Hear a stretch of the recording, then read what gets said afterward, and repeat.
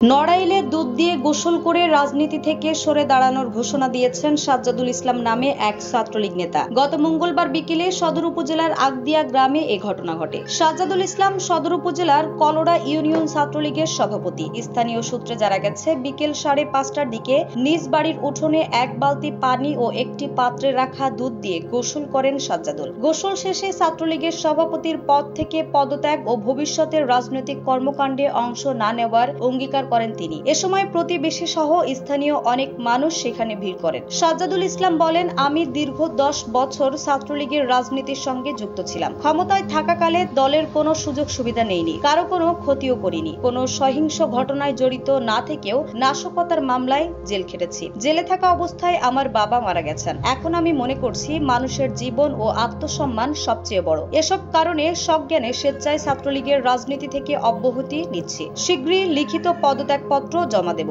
News desk, দৈনিক রানার।